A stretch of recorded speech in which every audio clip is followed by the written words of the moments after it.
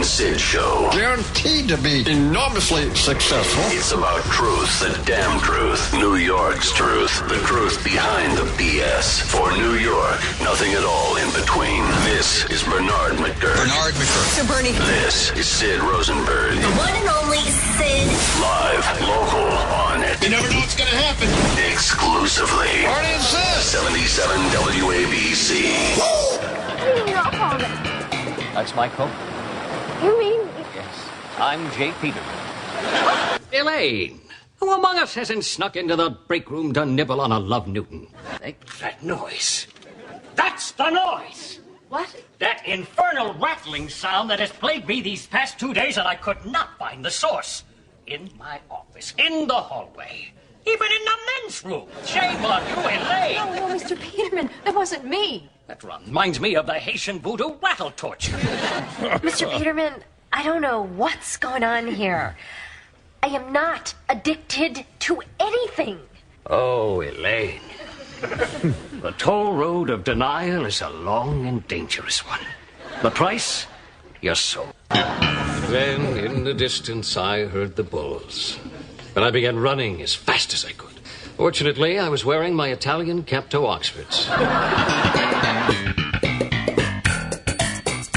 There it is, that voice. The star, stage, screen, TV, you name it. There he was on Seinfeld, National Dog Show, Family Feud, now doing a fantastic job. Back on Broadway, great on Broadway on The Fantastics. It is the very handsome and very talented John O'Hurley live in studio on the Bernie and Sid Show. Thank you. And the last time I saw you this close, with 2 feet away from each other, was in Lake Tahoe many years ago, celebrity golf tournament. Mm-hmm. And I'm not just saying this to blow smoke your way. You haven't changed. I mean, you look great. Mm-hmm. Thank you. Yes. Nice head of hair. That's right. Son It's of a just bitch. Daily injections. Is that what it is? That's right. Daily injections. Gorgeous mane. The voice in the mane on the top of your head. The hair. You're talking about the hair. Yes, beautiful. Some of it's real. No. And you got the nice Although Beverly Hills tan. I have to say it hasn't moved in half a century. So, although it's certain wind speeds over 50 miles an hour, some of it starts to snap off.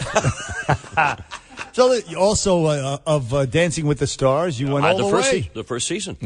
Season, wow. Controversial first season. Yes, very controversial. Got the 2-hour dance-off at the end of it, too. So I got the double surprise. You got the hair, you got the voice, and you can bust a move. Bust a move. Well, I tell you, I couldn't bust a move before I did that. I was the guy at the wedding reception that would always have the glass of Chardonnay saying, when the music and the dancing started, I would say, knock yourself out, Shriners, you go ahead. Right. So, a lot of the guys that did that show, it's funny you say that, not the athletes.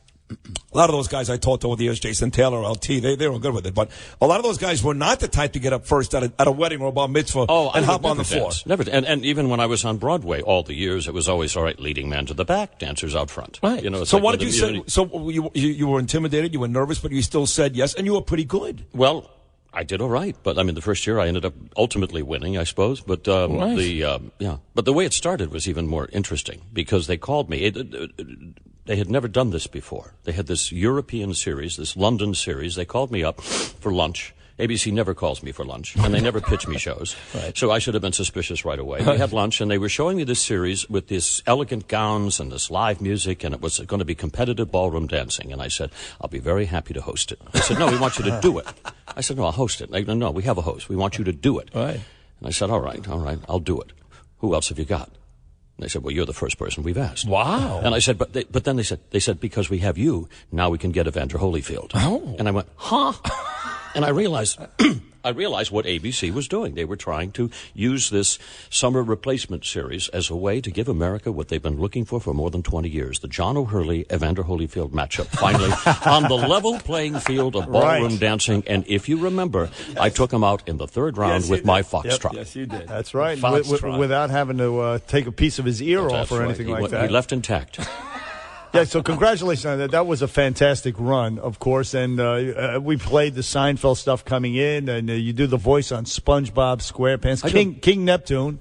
King Neptune on SpongeBob. I do a bunch of. I do a lot of. I have a 10-year-old kid, so I like to. My son's like eight. to. Is he? Yeah, we watch that show. Yeah. I love to do children's programming. Yeah. Because it's nice to be able to have a body of work that your son can listen to and his friends can watch. Oh, it's just, so that's very sweet. Now, but here's my point: is that you are a funny guy. I mean, you are like Leslie Nielsen funny. Yes. They should be doing movies like The Naked Gun. You should be I out see that. on the big screen. Well, thank goodness for ABC Radio. No, I This mean, is why it happened. We've got you. come We on. got This you is why back. you're here. We got you back. It's true, but so you are doing this play off-Broadway. Well, The Fantastics, yes. Before you get to the play, though, here's the line of the morning. Ready for this? You'll love this, Bernard. So Flipper, our producer, of course, does a great job. She's the best producer in the business, and she's so she walks up to John. She goes, "Hey, listen, you're great in the Westminster Dog Show."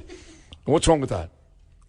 It sounds like he's one of the... No, he does the National Dog Show. Not I do the Westminster. National Dog Show in Westminster. Yes. I was like, that's what I meant. That's what I meant. Thanksgiving Day is the National Dog Show. Yes, I know. and a great show it is, by the way, which I watch every We did year. almost 30 million people this year. That's right. It's unbelievable. This show has ramped up, and we gained almost 22% this year. And you know, and it's again listening to your voice. You have such what is the quality? It's mellifluous. No, it's called audio tryptophan. It is kind of I'll like put that. you to sleep on Thanksgiving Day. If the turkey doesn't do it, I'll do it. It's soothing, and you sound sarcastic half the time, and you're funny and smart and all that stuff. But Yes, well, I don't know what it is. But listen, every now and then I come out with a pearl of wisdom, like, what say we get jiggy with it? That voice, that's great. Or let's get juju on that beat. You heard?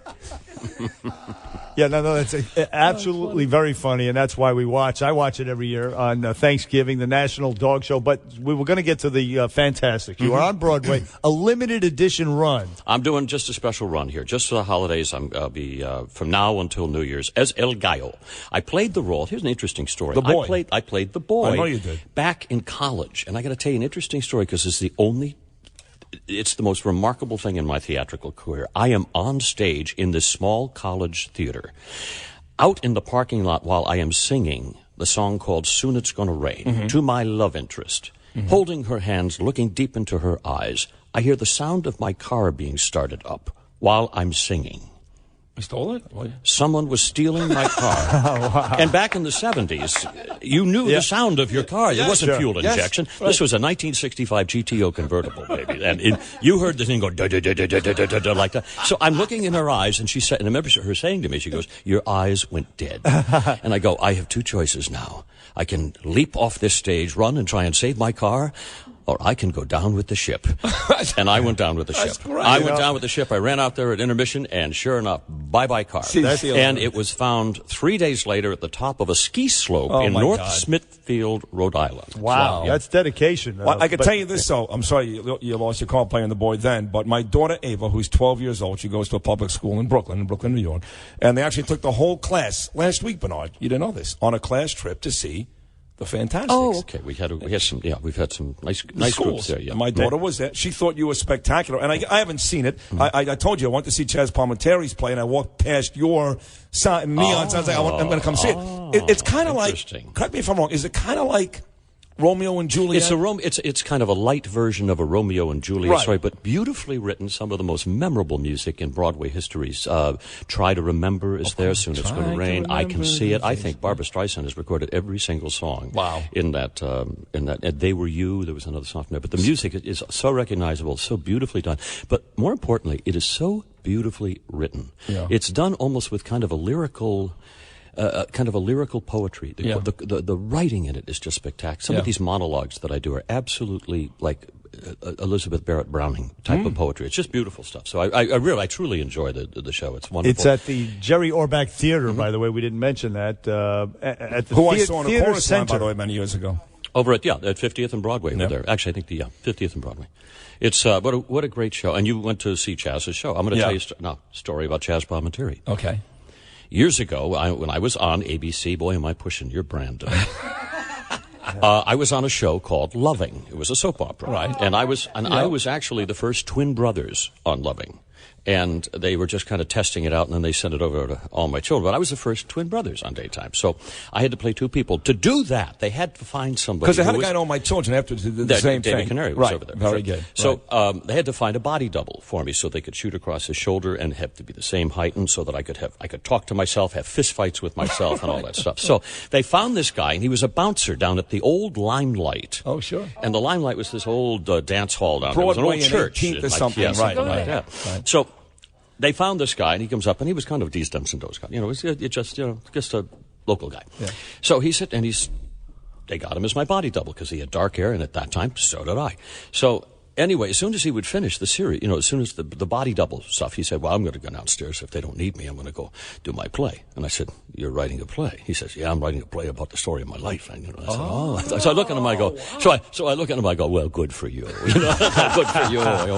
What else am I going to say? Jazz Bombeteer. And that was Bronx Tale that he wrote that he wrote there in the dressing rooms at ABC.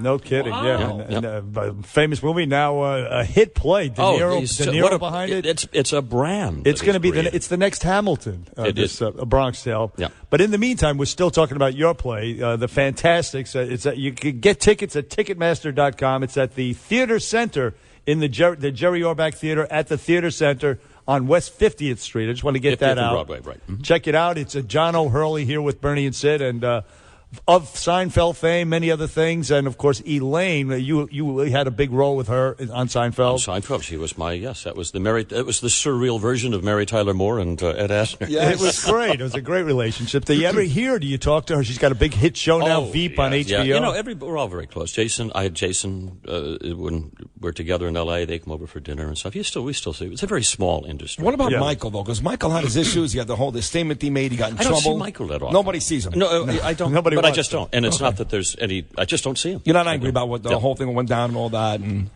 well, Michael, honestly, he's not what I would call a stand-up comedian. Right. He's a comic actor. I agree. And he's wonderful. They put him in a tough spot. I would say you have to go back to Buster Keaton to find, Dick Van Dyke, Buster Keaton. Yeah. You have to find a physical actor that has that courage to do what Michael Richards did. That's true. Think of what he created. That signature skid stop in Jerry's apartment.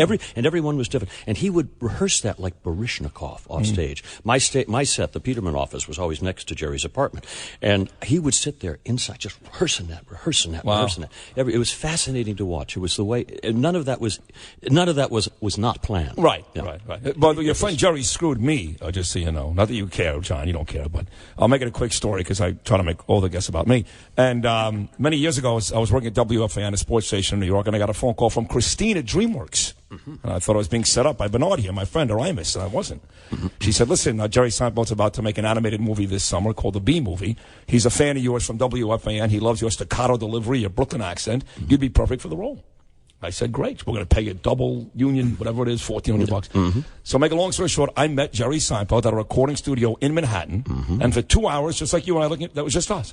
Mm. And I read for the part of the Hornet for the Bee Movie. Mm-hmm. And he was superlatives. You're great. This is perfect. This is great. And I'm like, really? Because, it's Jerry Seinfeld. You're great. You're going to be in the movie.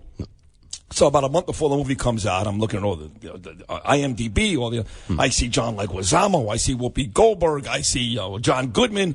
I don't see Sid Rosenberg anywhere. Mm-hmm. You were part of the double scale package. You were Correct. You were not the star package. Correct. And the role of the Hornet eventually was taken out of the script. That's how good I was. Removed from the movie. Stripped from the movie. And I didn't get a role. Listen, Seinfeld. Listen, you're talking to a guy. I had monologues in every show as Jay Peterman that were stripped out of the show because they were stripped because the show was always too long. We were the most disorganized show on television. Right. Always 10 minutes too long. So they always said, to pull a Peterman monologue. I have monologues that are lying on the floor that are some of the funniest thing I've ever done. Does that kill you? That kills you, right? Oh, it does, yeah.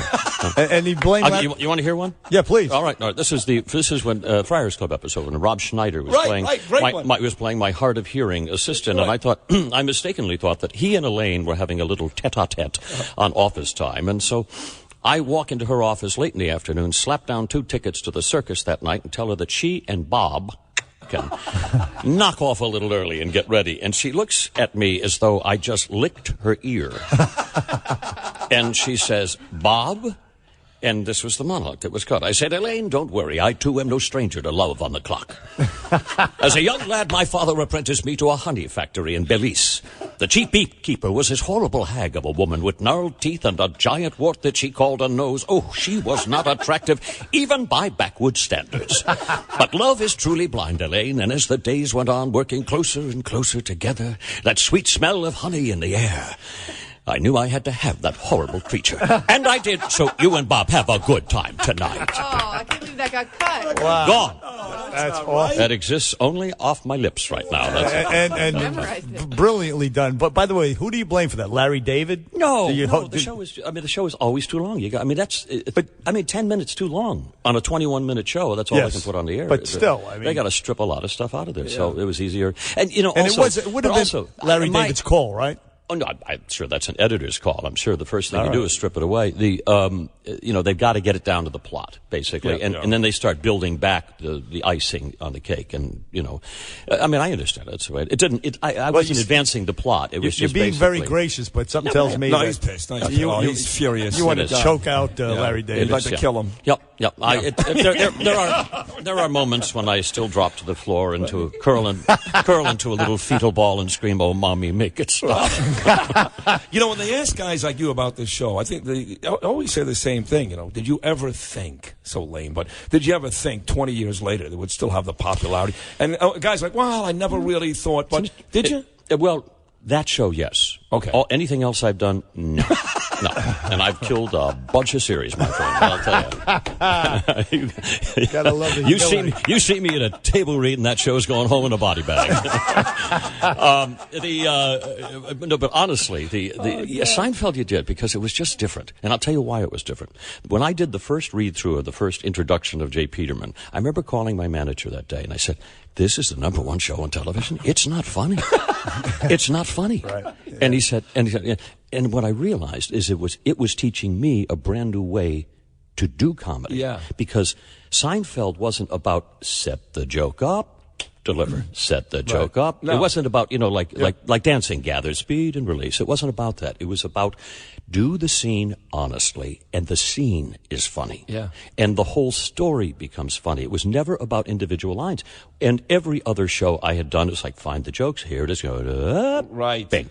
This was a brand new style. So I was learning. Seinfeld taught me. So, in answer to your question, did I know that we were in the cathedral? Yes, I did. You did. And I knew that when the syndication came through, and I would say to people that were hired to be my assistants in my office there in the Peterman office, I would say, I want you to do something. I want you to remember to do it. Save the script. I want you to make notes about who was there, what you wore. Save every rewrite that you have because you will be watching this show with your grandchildren. You said that, And wow. I would say, and I knew it. A that this was visionary. going to be. So I saved. I have all of the old scripts and everything like that I had, that's great. and I make notes that I was. Plus, you what I can was make doing. good money. Sell it on eBay. God forbid things go bad on Well, Broadway. if you saw my penmanship and some of the notes I was saying, you can't sell those. By the way, all the genius of Larry David. Speaking of which, I mean, those guys cashed in big time on the royalties. I mean, this is a personal question, but Very well, yeah. Are you good to go? I mean, because of the royalties? Yeah, we still do. Yeah, we still do You're very well. killing it, right? It's just no. You live in Beverly Hills? It's mailbox money that comes in all the time. Every time What it airs, what a country, man. It airs in 85 Look at countries, and so He's got a smooth voice. He's funny, a brilliant head of hair, and he's set for life financially. And he said 85. Probably hung like a horse, too. That is true. Yeah, Yes, that is true. its syndication is just extraordinary. It sounds like a Peterman episode, but I was doing a National Geographic special years ago, and I went to Botswana. Okay. And I'm out there in the middle of the Okavango Delta. Come on. No, I'm serious. From I've been there. Out there in the Kalahari Spring area. break, right? Yeah. And we're shooting, but I'm literally landing on a dust strip in the middle of the Kalahari. Right. And this guide comes up to me and he goes, "Oh, Mr. Peterman." Oh my God. Really? And he does is he guides for 3 weeks and goes home to Johannesburg for 1 week. Wow. And out there, and it was a big hit down in No Johannesburg. kidding. Look at So, that. Isn't that funny? Worldwide, global. Well, John O'Hurley, I'll tell you what, I wish I were you, actually. Yeah. But you are Pretty one hell of a cool. talented actor. I said Leslie Nielsen funny. You should be in motion pictures right now. Up to The you. country is all the worse off because you're not. However, you're in the Fantastics off Broadway at the Jerry Orbach Theater at the Theater Center, which is located on West 50th Street. On Broadway.